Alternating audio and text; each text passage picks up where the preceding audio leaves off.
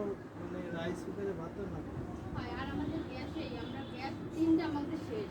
যদি current bill বেশি উঠছে কারেন্ট বিল ভাই আমাদের তো এখন তুমি এক কাজ করবে, তোমাদের যে মিটারটা আসে তোমাদের বিল তোমাদের দিবে।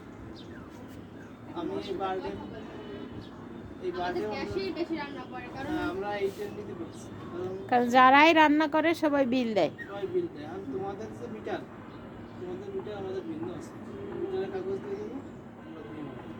ভাই ওর সাথে কথা বলেন। আর তাহলে তুমি ধরে নিয়ে 100 ওই ফ্রি টাইমে দিতে লাগবে।